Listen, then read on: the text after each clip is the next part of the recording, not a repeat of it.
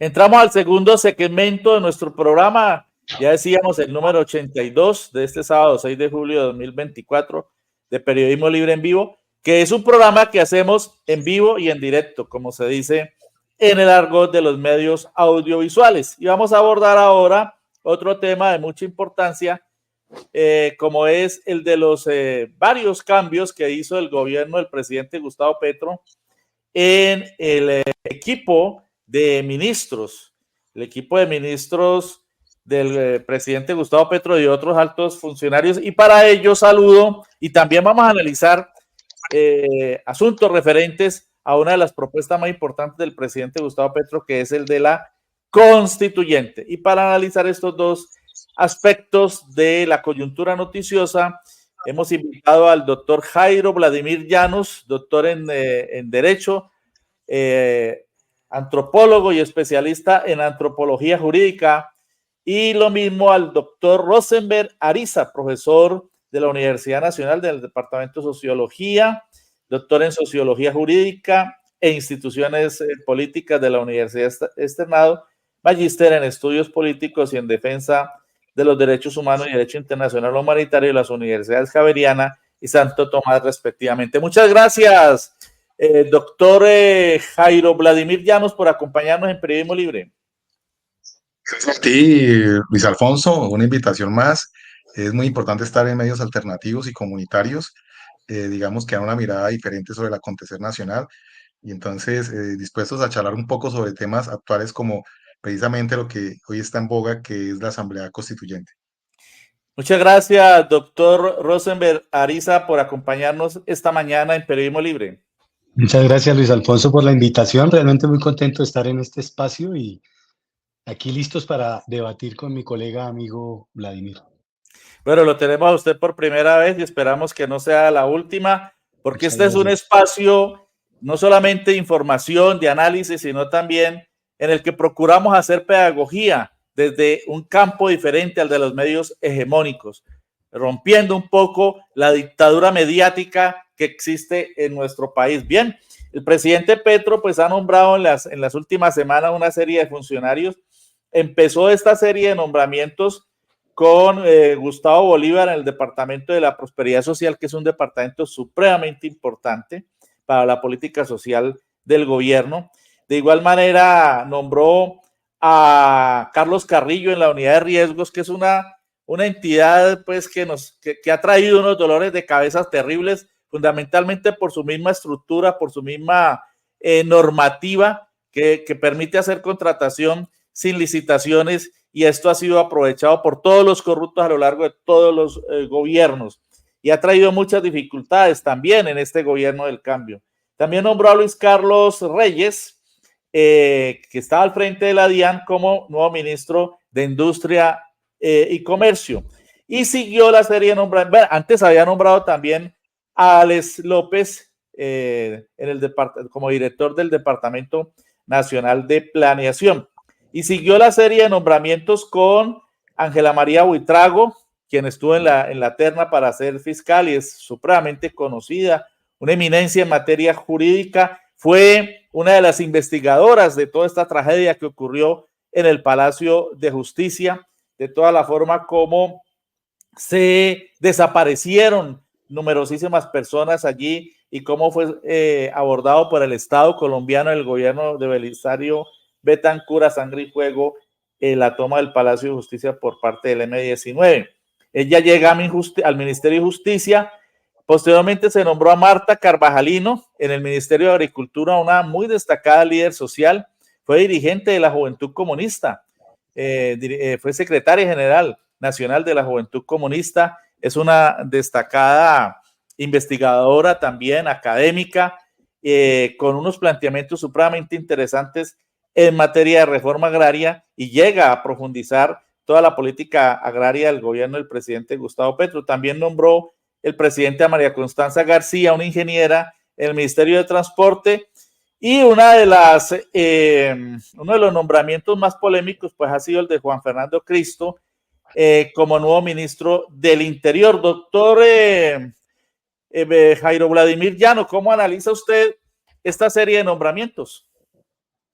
Bueno, creo que el presidente, digamos, ha hecho nombramientos cercanos, como el caso de Gustavo Bolívar, es un nombramiento de una persona que lo ha venido acompañando en el último proceso político. Recordemos que Gustavo Bolívar estuvo muy al frente del estallido social, es decir, acompañó ese proceso de los jóvenes que protestan en el país, y creo que esa fue una de las banderas que tenía el presidente, que era, digamos, reconciliarse con los jóvenes del estallido social y con todos los movimientos sociales que participaban en el estallido social con la pretensión, digamos, de lograr avanzar en un país incluyente, porque el estallido social precisamente parte de procesos digamos, de exclusión social, de una marginalidad económica que venía por el COVID-19, donde el tratamiento del gobierno del momento no fue el más adecuado y había un descontento desde hace rato con diferentes sectores sociales medios y por supuesto mucho más en los periféricos. Entonces digamos que Bolívar es la representación de eso, que lo acompañó en ese momento crítico del país y que estuvo al lado pues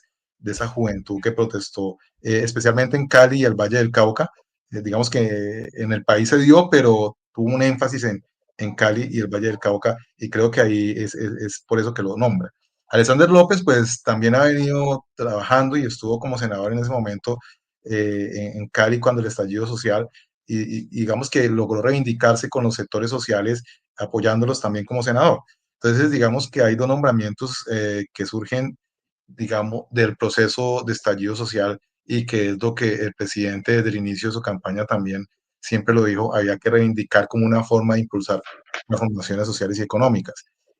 Ángela María Buitrago, pues viene de la terna de la Fiscalía, es una mujer que realizó, como tú le decías, Luis Alfonso, la investigación del Palacio de Justicia, progresista, digamos, menos militante que Alexander López, que siempre ha sido el polo democrático, o que Gustavo Bolívar, que pese a no estar en un grupo político de izquierda, digamos, se caracteriza por estar allí en una mirada mucho más amplia, democrática y pluralista. Ángela María, digamos, es una jurista, pero que ha estado cercana a investigaciones jurídicas interesantes. Su formación es criminóloga y penal, pero también ha estado en la parte sociojurídica. Ella, digamos, está en ese campo también trabajando desde hace tiempo. Y bueno, y lo que, digamos, uno se entera recientemente es su relación con Velázquez. Yo, del ministro de Defensa, yo la conozco a ella, digamos, en el externado y en algunos encuentros de sociología jurídica, y porque también hizo en una estancia internacional en la Universidad del País Vasco. Entonces, y lleva un caso como el de México, ¿no? De los jóvenes desaparecidos. Entonces, digamos que allí está nombrando a alguien que jurídicamente, sociojurídicamente y penalmente puede dar resultados. Creo que el presidente se la juega por una reforma a la justicia que está un poco parada y que estaría allí una dinámica interesante con Ángela María. Por supuesto, Ángela, igual que el anterior ministro de Justicia, Osuna, son de la casa externadista y a lo mejor tienen coincidencias. Yo creo que ahí lo que hubo fue un cambio, digamos, de roles, pero creo que son de el mismo origen, las mismas relaciones, y lo que se pretende con Ángela María es darle, digamos, como decía anteriormente, un impulso a la reforma a la justicia de una forma, de una propuesta mucho más ambiciosa y más impactante, y hacerlo en estos 2 años que le quedan de gobierno al presidente Gustavo Petro.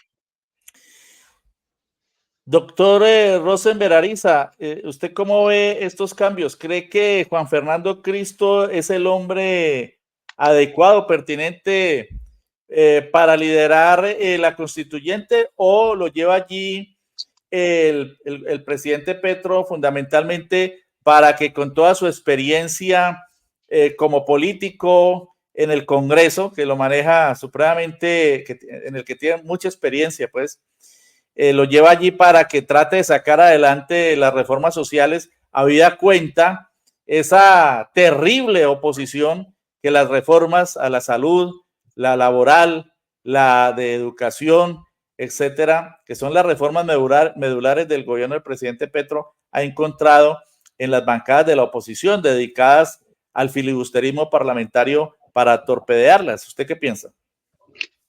Bueno, yo quisiera plantear cómo toma decisiones Petro, si a mí se me permite revisar. Creo que él, cuando nombra cargos de cualquier nivel, digamos, ministerial, dirección nacional, etcétera, yo creo que tiene en cuenta 4 criterios.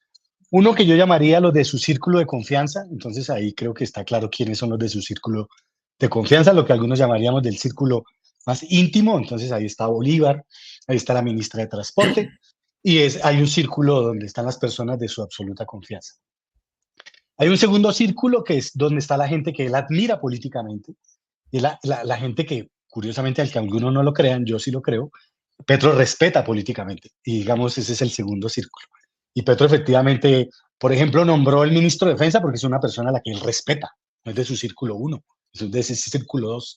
Y creo que la ministra que pone hoy en el Ministerio de Agricultura tiene que ver con este tema. Hay unos ministros o unas personas que él nombra que tienen que ver con su tercer círculo y es el acuerdo nacional, es decir, son aquellos que entrarían estratégicamente para lo que viene en términos de lo que resta de gobierno. Él lo está haciendo antes de que el sol empiece a alumbrarle a la espalda a partir del 7 de agosto y en ese tercer círculo entra, digamos, Cristo, que entra a encajar en cualquiera de las tres cosas que hay que hacer, porque parece que se pueden hacer las tres cosas y las tres cosas son un solo Dios verdadero, que es activar el poder constituyente. ¿Qué significa? Hay que reunirse con todos y ponerse de acuerdo en cuáles son los grandes temas.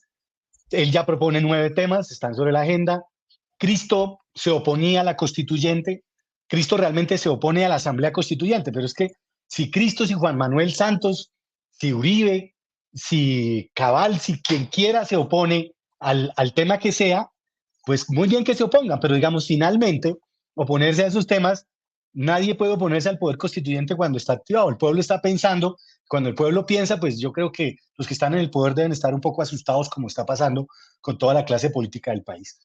Pero ese sería el tercer círculo. Y me parece que hay un cuarto círculo, digamos, ese tipo de personas que son necesarias nombrar, ¿sí? Que incluso Petro no conoce y que le toca nombrar. Entonces, sí, entonces, muchos de esos funcionarios que hemos visto que están incluidos en la corrupción, que son del Partido Verde o que son de otros partidos, pues son parte de los acuerdos políticos para construir gobernabilidad y pertenecen a ese cuarto círculo. No tienen nada que ver ni con el proyecto político y el horizonte de Petro, no tiene nada que ver con el círculo de admirados por Petro, ni de su círculo de amigos o de personas muy cercanas. Entonces, digamos, sobre esas 4 esferas es muy interesante ver cómo estas esferas de alguna manera también al final muestran unos resultados. Yo, por ejemplo, siento que en el Ministerio de Justicia, a propósito de lo que dice Vladimir, me parece que Osuna lo venía haciendo muy bien. Y yo creo que la nueva ministra no lo va a hacer tan bien como lo hacía Osuna. Osuna, por supuesto, ha mostrado un bajísimo nivel de ejecución presupuestal, por ejemplo, pero ha mostrado un efecto muy fuerte en materia de lobby y, digamos, de tener la prudencia política para adelantar todo lo que adelantó en materia de jurisdicción agraria, etcétera. Podría nombrar casi 8 proyectos que el ministro de Justicia saliente logró. Vamos a ver si esta ministra, que yo la siento más técnica, va a ser una ministra más hacia adentro. Yo no sé, yo dudo mucho que ella logre hacer una reforma a la justicia. Eso se requiere de otro perrenque. Eso se requiere de una constituyente. La reforma a la justicia, esta señora tiene todos los quilates pues, para ser una gran magistrada, seguramente para ser una gran fiscal y seguramente para otras cosas, incluso para ser una gran profesora. Pues yo no la veo de ministra, porque no ha sido combativa políticamente. No sé si me puede mostrar algún ejemplo, Vladimir o la gente que me diga, sí, es que ha estado defendiendo estos temas políticos. Y es que una cosa es estar en una clase con unos colegas en un doctorado defendiendo una tesis y otra cosa es meterse a esa lionera que se llama el Congreso a defender una idea. Esos son 2 escenarios completamente distintos. Y estoy diciendo, la señora carece de muñeca política para mover una reforma a la justicia en Colombia. Vamos a ver si da la talla. Me parece que está dentro del círculo de admirados y respetados por Petro. Yo creo que ella tiene todas las credenciales. Petro, con la gente que tiene muchas credenciales, él es un poco humilde, no lo suele ser, pero digamos creo que a veces es un poquito humilde con la gente que tiene ciertos credenciales y por eso a veces es importante uno presentarse para que pues también vean que uno tiene algunas credenciales. Gracias, Luis Alfonso. Esa sería mi primera opinión sobre el tema. Muy interesante, profesor, los 4 círculos que usted plantea. Me parece una clasificación para el debate bien aguda.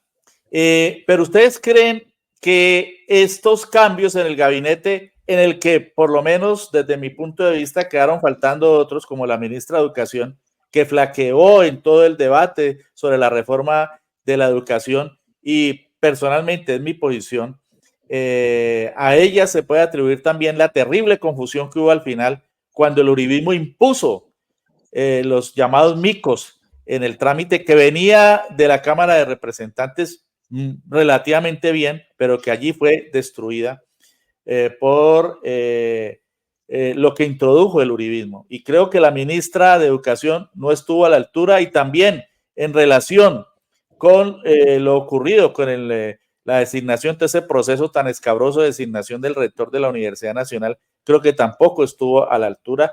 Y hay quienes opinamos que debió ser cambiada. Hasta ahora no ha sido cambiada y parece que no la van a cambiar. Pero ¿ustedes creen, profesores, que estos cambios son los que necesitaba el gobierno para la segunda parte de su mandato? Habida cuenta que muchos consideran o consideramos que esta es la parte más importante, porque se supone que ya hay una experiencia, que ya se pagaron las novatadas, que ya se sabe cómo combatir la lawfare, el golpe blando, el golpe fuerte, que ya se sabe cuál es el terreno que se pisa, y se sabe también, además, y es muy importante, cuál es la correlación de fuerzas existente en el Congreso y por fuera de este. Y además porque se ha movilizado más de 11 veces a nivel nacional el pueblo colombiano en diferentes jornadas nacionales en respaldo al gobierno del presidente Petro. ¿Creen ustedes que este es el gabinete que se necesita? Además, para darle un carácter más definido, más progresista al gobierno. Volvamos con el profesor Ariza y seguimos con el profesor Vladimir. Yo creo que había que hacer cambios. Me parece que es importante los cambios que se hicieron, indistintamente que me parezca que el Ministerio de Justicia hubiera podido ir por lo menos este año, terminar este año. Me parece que el ministro de Justicia tenía 3 o 4 proyectos engavetados muy importantes. Este tránsito con la nueva ministra puede hacer que estos proyectos sufran, digamos, ciertos vaivenes, pero como ya lo anotaste muy bien, Luis Alfonso, creo que la muñeca de Cristo da para todo, ¿sí? Digamos, él es de esos políticos profesionales. Me recuerda mucho a un paisano de ustedes, creo que se llama Roy Barreras, que son multifacéticos, ¿sí? Tienen su partido propio. Me imagino que Roy Barreras será candidato a la presidencia, me imagino que Fernando Velázquez también, y me imagino que Fernando Cristo está ahí para hacer su chalomita, sus 6 meses, y salir de candidato a la presidencia, lo cual me parece muy bien por el santismo, ¿sí? Que es el que lo respalda, a pesar de que él diga que no es un ministro de Santos y que no le pidió el permiso a Santos. Pues todos sabemos que la persona que más ministros tiene en el gabinete de Petro es el santismo, y creo que es evidente. Y digo que esto es evidente porque yo no sé quién respalda a la ministra de Educación, y yo me imagino que tiene que ser el santismo, porque todos los comportamientos que tiene de una santista integral, digamos, esas son las prácticas del santismo, ¿sí? Digamos, yo no tengo ninguna duda que, reconociendo la inteligencia que tiene el presidente Petro, esta ministra no puede pasar del 7 de agosto. Yo creo que él va a hacer cambios de aquí al 7 de agosto.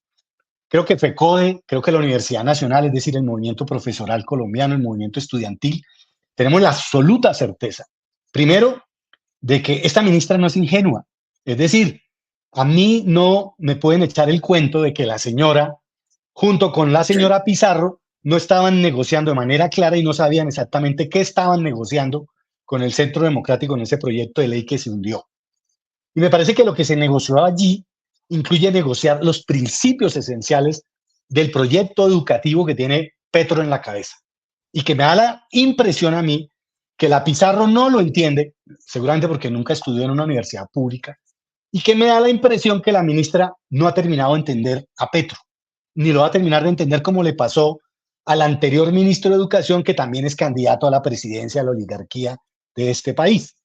Y estos dos ministros juntos, pues lo que nos han hecho a nosotros es intentar hacer lo que el uribismo quiere, mantener el nivel de privatización del sistema de educación. Y yo no veo una ministra comprometida desde ningún punto de vista, no solo por su discurso, por su actitud, por todo lo que ha pasado, pues nos da cuenta que no es una ministra comprometida con el proyecto de una educación pública, de calidad, gratuita, etcétera, sino es una tecnócrata santista, pues que está ahí esperando hacer una carrera política. Ese es mi resumen de la ministra. Yo esperaría, con todo el respeto, que ella debería hacer un acto respetuoso con la comunidad académica y universitaria del país. Ella debería renunciar ya, ¿sí? Y lo que debemos hacer es pedirle eso, digamos, de manera muy, muy cordial. Creo que es paisana de ustedes también de por allá. Entonces, uno también le puede decir a la gente, no la siga embarrando.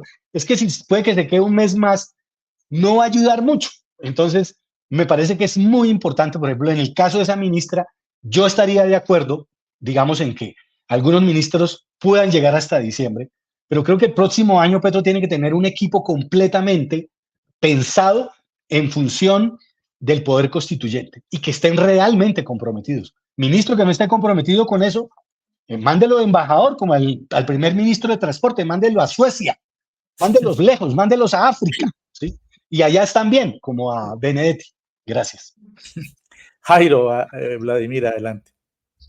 No, yo ahí soy un poco menos, digamos, o más negociante, más vale que Rosenberg con los ministros. Más conciliador. La ministra, más conciliador, sí, ahí, y hemos tenido la diferencia porque hemos estado internamente en el debate de la nacional, ¿no? Y entonces ahí nos hemos relacionado y creo que mal que bien hemos ayudado en ese proceso de la nacional.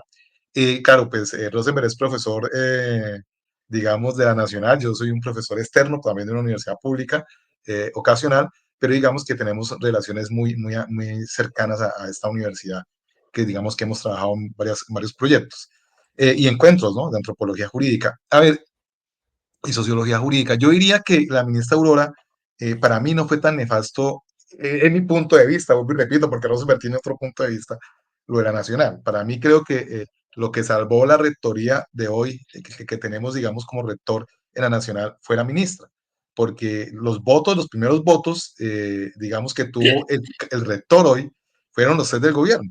Y ese debate lo tuvimos con Rosenberg, por eso digo que lo hemos hablado muchas veces. Pero esos Pues no yo le son decía, mira, votos de ya la están ministra, garantizados los son votos del votos de gobierno Petro. para la elección del Esos son votos de Sí. Petro. Bien, Petro es el que le da entonces, orden a la ministra no tiene votos. bueno, entonces o los delegados del gobierno, ¿no? Eran los votos de la ministra, el voto de los delegados del gobierno que supuestamente coordinaba la ministra y que lograron tener, digamos, al rector hoy, Leopoldo. Entonces, y eso ayudó muchísimo. Yo creo que después, sin un apoyo del gobierno, posiblemente la Rectoría de la Nacional estaría en lo que estaba ahora, hace un mes, 2 meses, ¿no? El gobierno, digamos, se la jugó fuertemente con la ministra Aurora. No sé si Gustavo, el presidente, la llamó y le dijo, ponga de pilas porque eso está como enredado. Porque yo sí creo, por ahí salió un artículo, yo sé que Luis Mera no lee nada de los medios masivos, yo sí los leo porque a mí me gusta conocer los puntos de vista de los otros para poder criticarlos, ¿no? Y salió un artículo en una en No, revista no, cercana yo de sí Luis los Mera. leo, Jairo, yo sí los leo, lo que pasa es que no los difundo. No, Ah, no, bueno, no bien. replico nada de los medios hegemónicos, pero claro que los leo porque tengo que enterarme de qué dice toda esa dictadura mediática contra este proceso de cambios que es estar contra el pueblo. Pero otra cosa es Bien. que no los divulgo como hace mucha gente que automáticamente divulga ese tipo de contenidos nefastos. Muy Perdona bien, muy bien esa la claridad, mi querido Luis Vera. Muy bien esa claridad. Entonces, para yo tenerla clara también, en esa revista apareció una entrevista con Vivian Morales. Vivian Morales, pues, que es una liberal hacia el lado de la derecha, digamos que fue fiscal. Ella decía algo que en la Nacional se estaba jugando la constituyente del presidente. Entonces, y yo creo que el presidente Gustavo Petro en algún momento estuvo al frente de la Nacional y creo que dio directrices a la ministra directamente porque hubo un momento en que eso se estaba perdiendo y pues claro, la metieron más fuerte y lograron hoy tener un rector, no diría yo que de Gustavo Petro, pero es un rector progresista y alternativo para que le dé pie a una constituyente universitaria. Entonces, digamos que yo sí creo que eso la mantiene, esa acción que tuvo en la Nacional la mantiene. Por supuesto, estoy de acuerdo con Rosenberg en otra parte. Rosenberg dice que no, en otra parte, y es en que yo creo que ella no es una militante de izquierda de movimientos alternativos. Ella viene del ICESI, es profesora del ICESI, y viene de la del Valle, y tú sabes que la Universidad del Valle, pues es dirigida por el partido de la U. Entonces, uno podría decir, bueno, Rosenberg puede tener razón, es santista, es la U, bueno, por ahí puede ser, los que conocemos a nuestros amigos de la U. Entonces, digamos que, y a Santos, de pronto sí, tiene esa tendencia. Y tal vez en el proceso digamos, de la ley, ahí alguien de la U habló y le creyó, porque inclusive algunos militantes del partido de la U, que también creo que conoce Luis Alfonso, como desde aquí el Valle del Cauca, digamos, fue uno de los que primero propuso la proyecta de ley estatutaria que fue Tamayo. Tamayo, digamos, al nivel del Congreso, fue el primero que la propuso, y entonces tal vez la ministra le creyó a uno de la U, pero ese de la U no era Tamayo, sino que era otro que no tiene una mirada amplia como Tamayo, que uno se lo encuentra en diferentes espacios, no, sino que tenía una mirada muy parecida a la de Paloma Valencia y terminó ahí esa vaina enredada. Entonces, yo sí creo que, digamos que ahí hubo ese inconveniente, no sé, es ingenuidad, sé que Luis Alfonso decía al principio, es que el gobierno no tiene, digamos, no tiene la experiencia que tienen los políticos en este país, es que los políticos son súper hábiles, ustedes pueden revisar hoy la habilidad de Vargas Lleras. Vargas Lleras se ha opuesto a todo en el Congreso con su partido Cambio Radical y hoy dice sí a la constituyente. Entonces, digamos que estos políticos colombianos son 200 años, Luis Mena, de partidos tradicionales que tienen Claro. toda la trayectoria, que tienen todo el discurso. Es decir, cuando usted, por ejemplo, Paloma Valencia, hablar con los del SENA, muerta de la risa, somos compañeros, somos amigos y yo no le voy a hacer daño, pues usted ve la habilidad que tienen, es una construcción histórica, Luis Alfonso. Entonces digamos que no es fácil y yo creo que ahí la ministra pecó por falta de experiencia en la negociación de la ley con el Congreso y se metió tremendo mico que casi que donde se apruebe pues iba a ser un golpe durísimo para la educación superior y para la educación pública en Colombia. Entonces digamos que sí, hay errores, no sé si esos errores llegan a que se cambie la ministra porque también tuvo digamos momentos de acertar. Por supuesto, estoy de acuerdo con Rosenberg en que hay un círculo de una propuesta de unificación, de alianza, que es con Cristo. Y es que la constituyente, y esto lo hemos hablado con varios constitucionalistas, con Rosenberg también venimos hablando del tema en varios programas académicos, y es que la constituyente no puede ser solamente reducida a un sector social, que sería el pacto histórico, no. La constituyente tiene que tener en cuenta, digamos en términos políticos, al pacto histórico, sino que tiene que tener en cuenta otros sectores sociales. Y por supuesto que Santos está ahí. Es decir, Santos es de los que puede, digamos, fue el que logró el acuerdo con las FARC, quiere que se implemente el acuerdo, fue el primer trato que hizo con el gobierno de Gustavo Petro. Entonces, Santos va a estar en la constituyente. Es decir, si Vargas Lleras, que es el otro de la derecha que dijo que le interesa la constituyente, pues a Santos dice que no ahora, pero va a ser igual que Cristo, en su momento le va a interesar. Entonces, digamos que porque además es un impulso político también. Yo lo he dicho en algunas ocasiones, en algunos foros, que la clase política colombiana está en decadencia, la clase política tradicional. Por eso ganó el pacto histórico. Y por eso hoy en día la gente no se lanza por partidos políticos a las alcaldías y a las gobernaciones, sino que se lanzan, y creo que es un programa que invitó Luis Alfonso Mena, sino que se lanzan por partidos de alianza. No quieren identificarse con un partido tradicional. Entonces, ante una propuesta constituyente, los políticos también miran una posibilidad de entrar allí. Entonces, creo que Cristo es como ese punto de encuentro de varios sectores que pueden apoyar y que se tienen que embarcar ya a la constituyente. El que no se embarque y que diga que no, queda por fuera y va a quedar por fuera del proceso político, porque la constituyente, y ahí estoy de acuerdo también con Rosenberg, es un espacio político en el cual hay que embarcarse. Lo está planteando el presidente de la República, que muchos aquí como que no saben todavía que tienen presidente, unos sectores sociales como que todavía creen que es un congresista, no es el presidente de la República en términos de división de poder que está planteando hacer una constituyente y se meten los que se pueden convocar y los que quieran entrar. Los que no entren van a ser apabullados políticamente, sea que se realice la constituyente ahora en el gobierno del presidente Petro o posterior gobierno que llegue. Es decir, la constituyente se va a realizar tarde, más temprano que tarde, Luis Alfonso, eso sí estamos claros. El problema es que, porque es un respiro político para los sectores políticos. Entonces, o se vinculan al proceso constituyente o quedan por fuera. Cristo creo que es eso. Se juntó, igual que Vargas Lleras, igual que Santos se va a juntar para el proceso constituyente y se van a juntar más. Velasco, que dijo que no en una entrevista por allí de Llamada, se va a juntar porque es el Partido Liberal y Velasco quiere ser presidente del Partido Liberal y ser candidato del Partido Liberal. Entonces tiene que juntarse en la constituyente porque es un impulso político. Entonces muchos que hoy dicen que no, como Cristo que dijo que no, ven en la constituyente una acción, digamos, de relevo político y de impulso político para el país que, digamos, tiene una crisis política por la falta de credibilidad. Muchos en el país consideraban que que Cristo no es o no era el hombre para liderar este proceso constituyente o hacia la constituyente y esperaban también que se reforzara un gobierno progresista con alguien proveniente de la izquierda, más confiable. Pero bueno, el presidente asumió este nuevo reto, que es un riesgo, porque ya al inicio de su gobierno había vinculado gente procedente del liberalismo, de lo que se podría considerar cierta socialdemocracia. Ya vieron cómo pagaron, ¿no? Con la lealtad, con la traición y con el usufructo del gobierno. El señor Alejandro Gaviria, por ejemplo, que hoy es desaforado opositor del gobierno, que tuvo la magnanimidad de invitarlo a ser parte del proceso de cambio. La señora que nombró en el Ministerio de Agricultura, el mismo ministro de Hacienda, el primer ministro de Hacienda, etcétera. Pues el mismo presidente de la República ha dicho que fueron un fiasco y que no cumplieron con las expectativas y que por el contrario torpedearon desde dentro el gobierno.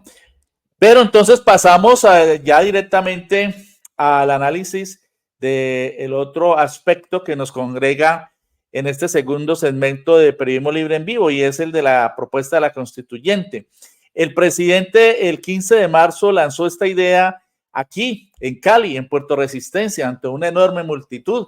Nosotros estuvimos allí. Quienes quieran acceder al discurso del presidente, está en nuestro canal. Ustedes saben que hay más de 1000 videos en nuestro canal de YouTube de Periodismo Libre, y allí lo encuentran. Y también encuentran la crónica y todo el seguimiento periodístico que hicimos de este importante encuentro popular. Un mes después, o mes y medio después, estuvo en el Coliseo del Pueblo y ya hizo otros planteamientos más hacia el referendo. Ha oscilado el presidente, doctor Rosenberg Ariza, entre la constituyente, el constituyente primario, como una variante de cabildos populares, asambleas populares, y el referendo. ¿Cómo analiza usted estos diferentes espacios que ha venido planteando el presidente de la República? Algunos dicen que es un desgaste innecesario, otros lo han apoyado de manera importante de frente desde el mismo 15 de marzo. ¿Cómo analiza usted estos planteamientos? Allí estamos viendo el resumen en uno de sus múltiples trinos que hizo el presidente Gustavo Petro de lo que es su propuesta de constituyente a partir, primero, de un gran acuerdo nacional, que es otro punto que está faltando en el ideario del gobierno actual. Bueno, a mí me parece muy consecuente la convocatoria que hace el presidente a activar el poder constituyente. A mí me parece muy consecuente. Voy a decir 3 razones por las cuales considero que es consecuente. Primero, el mandato del presidente, como él lo subraya repetitivamente frente a lo que él también denomina golpe blando, en materia de protección constitucional y legal de su mandato, es que él fue elegido por el pueblo y tiene un mandato del pueblo. Entonces, el primer mecanismo para activar un poder constituyente es cumplir el mandato del pueblo. Y el mandato del pueblo es su programa de gobierno, y que son estos 9 puntos que él está resumiendo, digamos, de manera bastante pedagógica.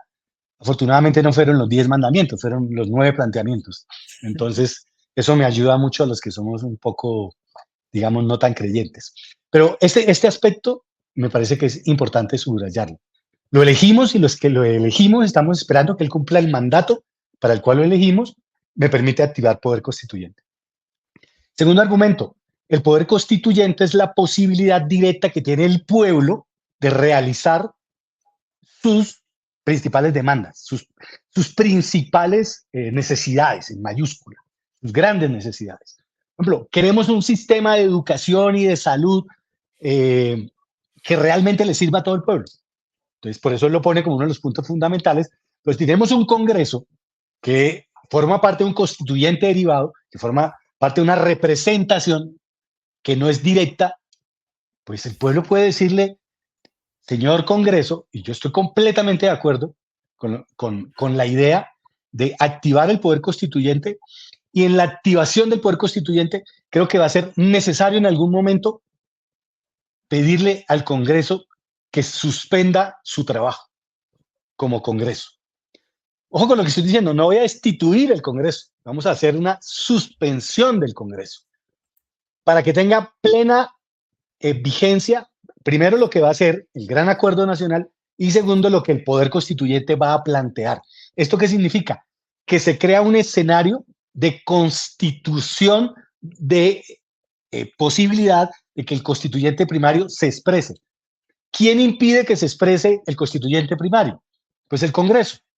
Yo recuerdo, permítanme que les dé un ejemplo, es que tampoco se me olvida, alguna vez que yo escuché a un paisano de ustedes, creo que apellido Barrera, que siendo presidente del Congreso hizo la siguiente afirmación. ¿Qué se han creído esos indios que son una minoría si nosotros del Congreso somos la mayoría y los representamos a todos, incluyéndolos a ellos? Pues yo quiero decirles que a mí ese señor no me representa, ni el Congreso me representa. A mí me representa la voluntad popular. Y eso me lleva al tercer punto. Y es que en Colombia el movimiento social se ha construido en eso que yo llamaría un constituyente popular. Y esto, claro, a los constitucionalistas, conservadores, neoconstitucionalistas, incluso algunos constitucionalistas que se llaman del constitucionalismo latinoamericano, que son tan conservadores como todos los tres anteriores, les da mucho susto cuando uno les habla de constitucionalismo popular, porque el constitucionalismo popular es el que dice que los que van a hacer una constitución no son los expertos en derecho constitucional ni en redactar constituciones. Los que ven a hacer la constitución, pues es el pueblo. Y el tercer argumento es que el pueblo requiere hacer una constitución. La constitución del 91 es la constitución más elitista que tenemos. Fuera de los 19 delegados del M19 que estuvieron allá y los 3 o 4 que llegaron después, todo lo demás estaban representadas todas las castas sociales de este país, en un número muy pequeño y teniendo la mayoría todo el tiempo y el control del país. Entonces, decir que la Constitución del 91 es la panacea para resolver todos los problemas, como dicen algunos constitucionalistas liberales de este país, y que para qué una nueva Constitución si es que esta Constitución resuelve todo.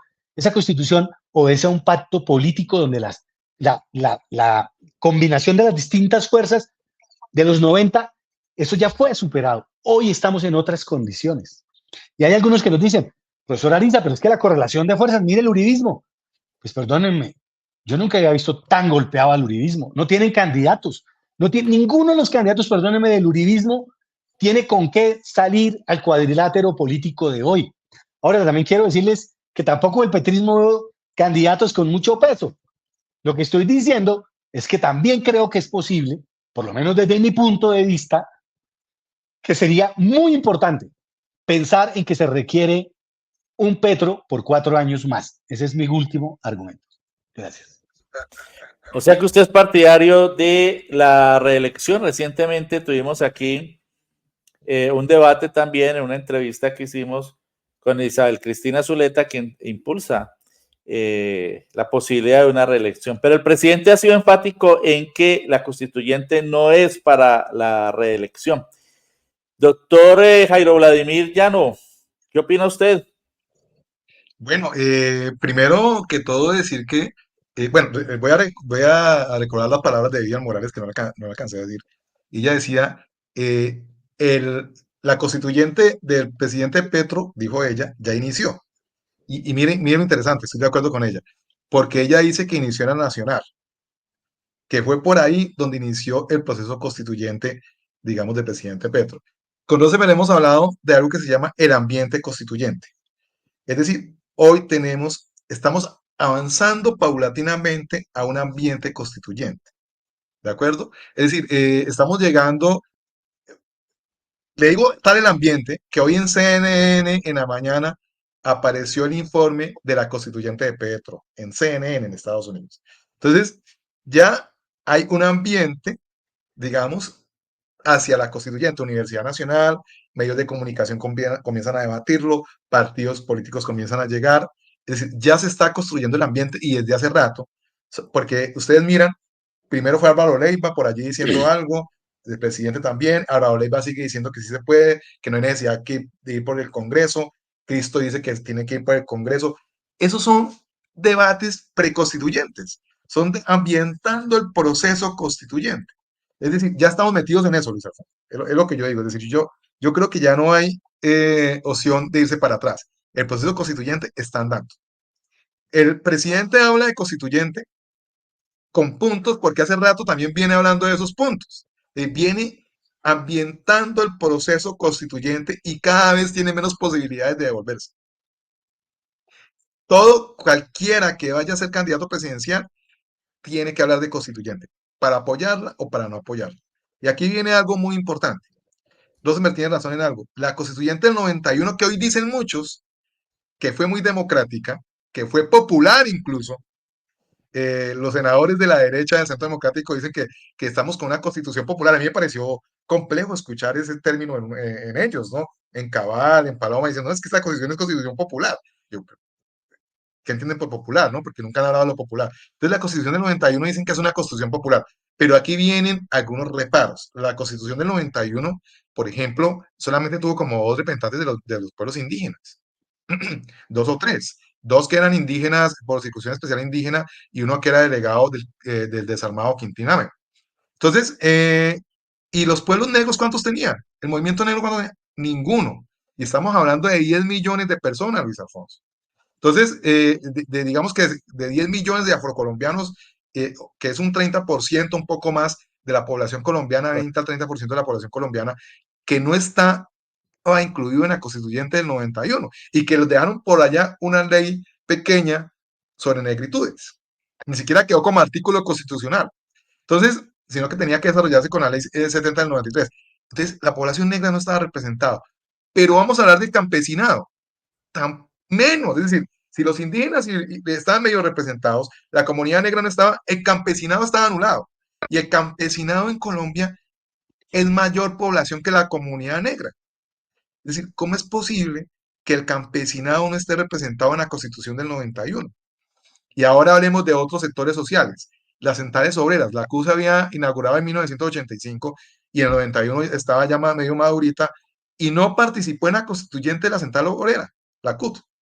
No, y la FECODE menos, ¿de acuerdo? Es decir, ni la FECODE ni la CUT, que son actores principales hoy en el país, que debaten temas de actualidad en el país como la reforma laboral, no fueron incluidos y que estuvieron en el estallido social fuertemente, no fueron incluidos en la Constitución del 91. Y con otro profesor más liberal, él decía, no es que las mujeres tampoco. El porcentaje de mujeres en la Asamblea Constituyente del 91 fue reducidísimo. Es decir, miremos cuántas mujeres tuvo la Constitución del 91. Entonces, eran hombres. Hombres, por supuesto, la Alianza Democrática, por supuesto, el Partido Social Conservador, el Partido Liberal de Horacio Serpa, Navarro Bol, todo esto, demócratas, pero no había una participación en la constitución de esos sectores. Entonces, creo que esa constituyente, toda constituyente, como dice el amigo Dalmao, profesor de la Universidad de Valencia, toda nueva constituyente es una inclusión de más población, es exclusión de sectores sociales que han sido excluidos. Entonces, en esa constitución que se viene, es una ampliación a todos estos sectores, pueblos negros, pueblos campesinos, pueblos indígenas, centrales obreras. Los sectores urbanos, ¿cuándo ha estado representado en la constituyente? Nunca. Los sectores, los pobladores urbanos, los jóvenes del estallido, rebeldes que estuvieron en esos procesos sociales, ¿cuándo fueron incluidos en la constitución de 91? No fueron incluidos. Pues ahorita es el momento.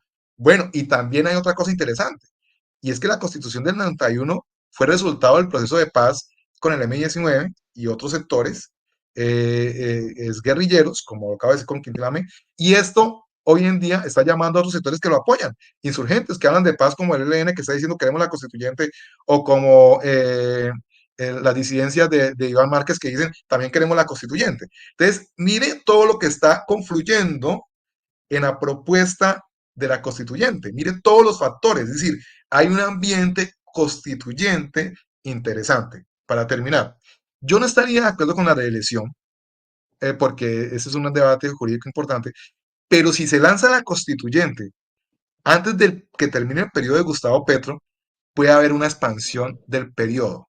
Es decir, si la constituyente se aprueba antes de que termine el periodo del presidente, se puede ampliar el plazo del presidente para mantener la constituyente, digamos, en una jugada jurídica interesante, basada en que se suspende el Congreso, no se puede suspender el Ejecutivo, entonces estaríamos ampliando el presidente un año o 2 años más, que para mí es una opción, digamos, más viable jurídicamente que la reelección.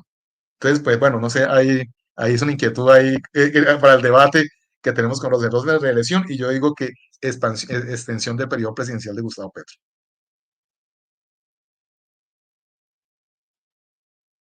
No lo escucho, Luis Alfonso. Presento disculpas por esta falla técnica. Como ustedes pueden ver en los subtítulos, hemos estado poniendo las opiniones de las personas que siguen en vivo en directo Periodismo Libre y muchas de ellas están expresando su apoyo a la constituyente, incluso también algunas a la reelección. Para finalizar, porque ya tenemos en sala al alcalde, aunque está suspendido, sigue siendo alcalde de Duitama, el doctor José Luis Borges, con quien vamos a analizar otro tema de coyuntura muy importante, y es esa persecución feroz que le ha desatado la derecha y la extrema derecha para tratar de quedarse con la alcaldía en Duitama, la oligarquía de Boyacá, que es tan fuerte, una oligarquía bastante goda. Ya vamos con él, le pedimos que nos permita 2 minuticos más, doctor José Luis Borges. Para finalizar, profesores, entonces, esta propuesta de reforma de convocatoria de Asamblea Nacional Constituyente, en la que, en relación con la cual el presidente plantea que lo primero es que debe haber un acuerdo nacional en torno de ella y de los puntos, y lo hemos estado poniendo aquí de manera reiterativa, que él los ha venido moliendo, por decirlo en términos de la jerga académica, consuetudinariamente, y cada vez que puede los resume. Es una propuesta diferida para el 2026, porque si nos atenemos a la correlación de fuerza en el Congreso, que tiene que participar de todas maneras en la convocatoria de esa asamblea, pues no favorece a el gobierno, es la verdad, no hay mayorías, y ya lo estamos viendo con la forma como ha sido bombardeada en términos figurados, lo digo, torpedeada, saboteada las reformas sociales del gobierno. Por una jugada maestra pasó la reforma pensional, ¿no? Que además se la están jugando toda para ver si la declaran inconstitucional, como tantas normas aprobadas a lo largo de este gobierno desde lo legislativo y principalmente desde lo ejecutivo, torpedeadas por las altas cortes que se convierten en otra dictadura, ¿no? Los firmones de las altas cortes. Entonces, la pregunta es, para finalizar, esta es una propuesta diferida a 2 años en la aspiración de que en las elecciones, en las próximas elecciones de Congreso, se pueda alcanzar una mayoría importante que le permita al gobierno sacar adelante inicialmente el trámite del Congreso y posteriormente la convocatoria de una constituyente en la que haya también una mayoría popular, porque de lo contrario sería un salto al vacío. ¿Ustedes qué opinan? Pues yo creo que no, digamos, y además no estoy de acuerdo, con que el presidente tenga que pedirle permiso al Congreso. No veo ninguna razón. No conozco ninguna experiencia de activación del poder constituyente donde el pueblo o el líder o un posible líder de ese momento constituyente, de ese proceso constituyente, te tenga que pedir. Todos los momentos constituyentes en la región, por lo menos de los últimos 40 años en América Latina, para no irnos lejos, y en el vecindario, incluyendo Colombia, iniciaron con una ruptura institucional. Empiezan por ahí, tal como lo hizo la Constitución del 91 y el resto de todo lo que ocurrió en 1988 hacia atrás en Brasil, la Constitución de Brasil, en el 93 en Perú. Todo es una ruptura. Es decir, si eso se hace con el Congreso, de eso no sale nada. De eso sale ese olor que sale del Congreso. ¿Sí? No sale nada, digamos, en términos de transformación constitucional. Este Congreso no le va a apostar a ese tema. Tenemos cláusulas dormidas, como dice algún constitucionalista. Todo el tema, por ejemplo, de desarrollo territorial, regional, eso es intocable para los grandes gamonales y para las grandes oligarquías. Y entonces, para mí, es un tema que ya está activo. Insistiríamos con la idea que tenemos ya en consenso con Vladimir. Estamos en el ambiente, o sea, la constituyente ya arrancó. Una cosa es que haya ambiente constituyente, otra cosa es que estemos definiendo cómo se hace el proceso constituyente, que es distinto al poder constituyente. Una cosa es poder constituyente, otra cosa es proceso constituyente y otra cosa es asamblea constituyente. Entonces, no nos confundamos con los términos ni con las categorías. Cada cosa significa cada cosa y es muy simple. Eso no tiene ninguna dificultad. Cuando uno dice ambiente constituyente es eso. Estamos hablando de constitución, de la importancia que no. Hay algunos que dicen que sí, otros que no. Otros que quién sabe, otros que para mañana, otros que ya. Estamos en el ambiente constituyente. Hablamos de proceso constituyente, es cuando ya el poder constituyente se ha activado y creo que estamos en ese momento. Están los temas, se está definiendo una agenda, vamos al acuerdo nacional, ese es parte del proceso constituyente y muy seguramente podremos llegar a una asamblea constituyente o no, en este gobierno o en el próximo gobierno o con este mismo gobierno, y me parece que para allá vamos. Pero yo creo que aquí hay 2 salvedades que quisiera hacer. La primera, hay un tema que nos la estamos jugando a fondo, que se la jugó la Constitución del 91 y que no cumplió. Voy a hablar de las promesas incumplidas. Para mí, las tres grandes promesas incumplidas de la Constitución del 91. Primero, la paz. La paz nunca llegó. Y hoy estamos hablando, por eso estamos hablando de una paz total, porque la paz que se habló en la Constitución del 91 fue una paz como lo plantea la oligarquía colombiana, como lo plantea el santismo y el uribismo, que para mí siempre ha sido la misma cosa. ¿Qué es? Yo tengo las llaves de la paz, yo soy el que digo que es la paz, yo fui el que negocié con las FARC, hice el acuerdo, yo les dije a ellos que esta era la línea roja y ellos no me pueden incumplir porque con las FARC nos comprometimos a que no vamos a hacer reformas constitucionales. Bueno, algún día ojalá nos cuenten qué fue lo que pactó las FARC con la oligarquía, porque yo hasta ahora me estoy empezando a enterar por las palabras de Humberto de la Calle, que sale muy molesto el señor con esa cara de papá de todos nosotros para que nos venga a decir qué es lo que se puede hacer y lo que no se puede hacer en este país. O sea, como jefe único. O sea, tenemos bastante con Gaviria y no poderlo pensionar ya de jefe único. Tenemos bastante con Pastrana ahora para que Humberto de la Calle también se crea jefe único, no sabemos de qué. Sí, pero ahí hay un tema que me parece que es claro. La paz del 91 y lo que se pactó como proyecto de paz no se logró. Dos, era la constitución de la participación y la participación nunca llegó.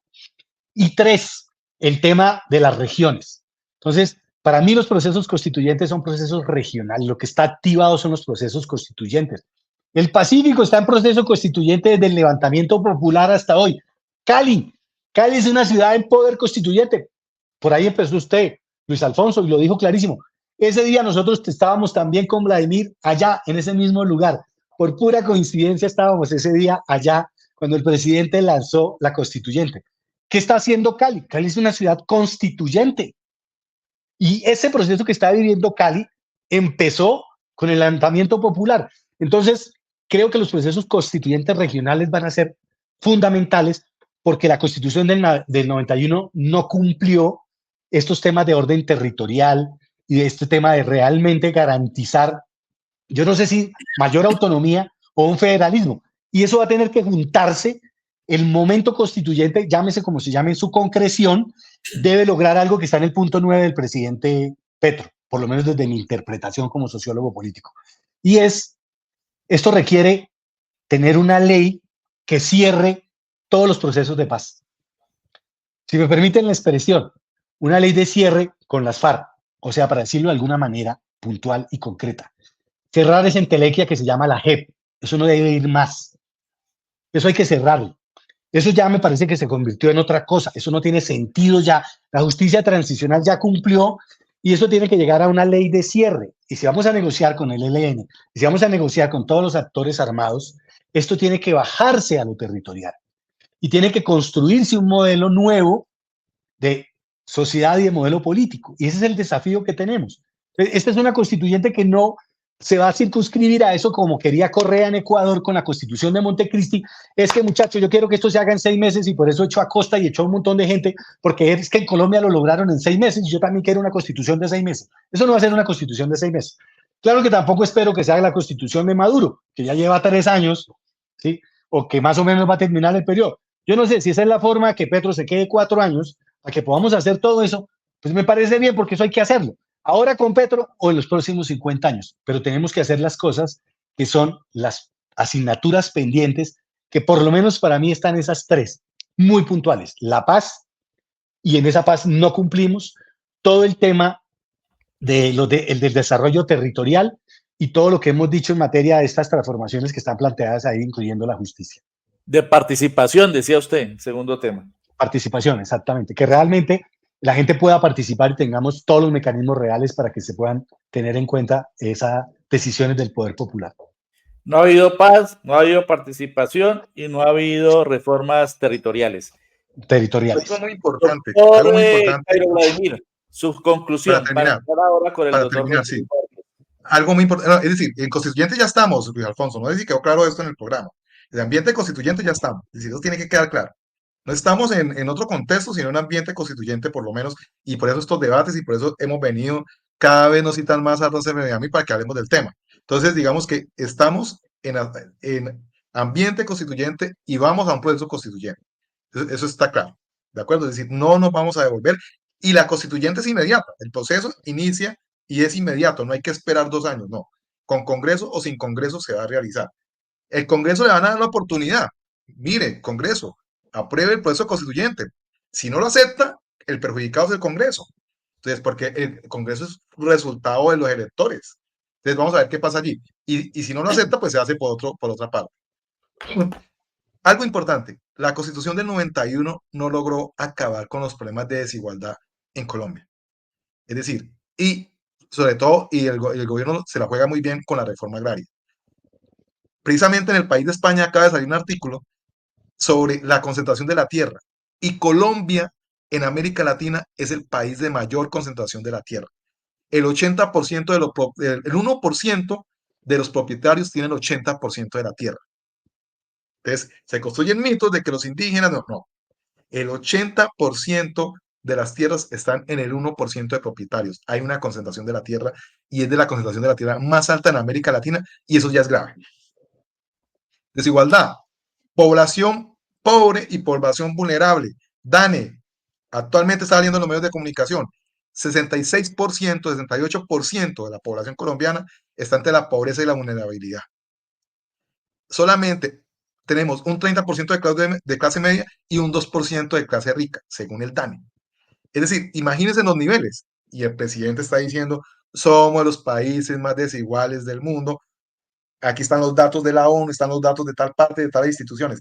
Y en realidad lo somos. Una constitución que en 33 años no logra disminuir la desigualdad, no logra hacer una reforma agraria, es porque ha fracasado. Y muchos liberales nos han planteado el debate de que la Constitución sí lo ha logrado y que lo que falta es voluntad de los gobiernos. Creo yo que es un problema, claro, por supuesto, voluntad de los gobiernos, pero también un problema de todos los poderes que hacen parte de Colombia, el judicial, en las altas cortes, el ejecutivo y el legislativo. No han podido con una constitución, o esta constitución no fue suficientemente progresista para acabar con esas desigualdades y para acabar con toda la situación crítica que vivimos en Colombia. Por eso hay que buscar una constitución que intente, en lo posible, intente, no quiere decir que se logre, que sea más progresista y que logre acabar con esa desigualdad. Además, ¿qué pasó, Luis Mena? La constitución, recuerde que fue hecha por Gaviria y Gaviria promovía el Estado neoliberal en esa época, en los años 90. Entonces, esa constitución hicieron muchas reformas para poder implementar un modelo de Estado que es el Estado neoliberal. Y el Estado social de derecho se relegó a un segundo plano. Entonces, allí los derechos sociales fracasaron. Por eso estamos en lo que estamos. Estamos hablando de derecho a la educación, de derecho a la tierra, de derecho a la salud, porque la Constitución del 91 fue reformada legislativamente y por actos legislativos permanentemente por los gobiernos conservadores y neoliberales. Y hoy tenemos una Constitución más neoliberal que una Constitución de Estado Social de Derecho, pese a que formalmente aparece en el primer artículo. Entonces, eso hay que llevar a una transformación y que realmente sea una Constitución social de derecho o constitucional y democrática de derecho, o plurinacional como Bolivia y como Ecuador. Y para acabar, las últimas dos constituciones de Sudamérica o de América Latina, la de Ecuador 2008 y la de Bolivia 2009, no se hicieron con el Congreso, se hicieron con el pueblo en liderazgo de los presidentes.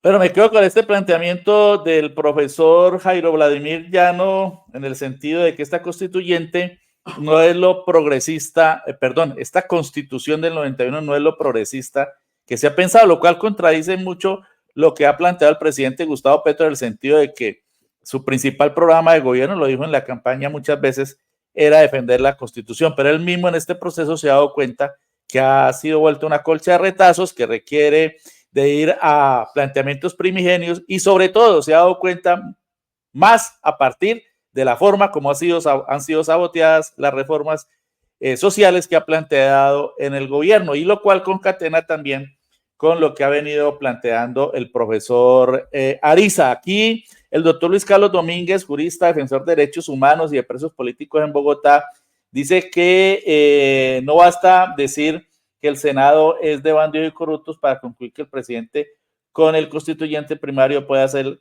la Asamblea Constituyente. ¿Cómo? Pregunta él. Ahí queda flotando la pregunta, profesor Ariza. No, yo lo contesté, dije que con las regiones, con los territorios, hay que alzar procesos constituyentes territoriales y regionales. Yo me imagino que esos territorios no los que definió la división política de la oligarquía colombiana, sino esos territorios que están definidos por los procesos sociales territoriales. De allí saldrán muchas iniciativas y saldrán voceros que irán a un espacio nacional donde se encuentran ya a definir cómo se articula ese nuevo modelo político territorial de paz y, digamos, de reforma que se requiere en términos agrarios y demás. Me parece que es de abajo hacia arriba. Debemos dejar de ser elitistas, no de arriba hacia abajo. Creer que los ilustrados del Senado o que ciertos intelectuales son los que... El tiempo de la vanguardia ya pasó. Esto hay que leer realmente sin miedo, hay que darle el poder al poder popular. Tenemos que perderle el miedo al poder popular. La gente es capaz, ya en Cali se demostró, ya está demostrado en todo el país, está demostrándose en la Universidad Nacional que estamos en proceso constituyente. Podemos reclamar la democracia directa. Ah, no, que es mucha gente. Pues sí, es mucha gente, es difícil, pero hay que hacerlo. Tenemos que buscar los mecanismos, pero no nos podemos quedar atrapados en que como el cómo no está tan claro, entonces como está funcionando está mejor. Me parece una posición que es rebatible, pero entre todos vamos construyendo un camino para llegar a un país mejor, por supuesto. Eso sí, mejor que el que tenemos. Humanos dice, excelente, esos debates son los que necesitamos y sí a la constituyente. Lo dejamos ahí a manera de colofón. Gracias, profesores Jairo Vladimir Llano, por acompañarnos en Periodismo Libre y Rosenberg Ariza Santamaría por estar con nosotros esta mañana. Seguiremos en el debate. Gracias por la invitación. Un abrazo, saludos Luis Alfonso, saludos Rosenberg. Chévere. Muchas gracias, saludos. Se ha iniciado el debate, allí están los planteamientos de estos dos destacados juristas y el debate que en paralelo hemos venido mostrando en los subtítulos con los seguidores de Periodismo Libre.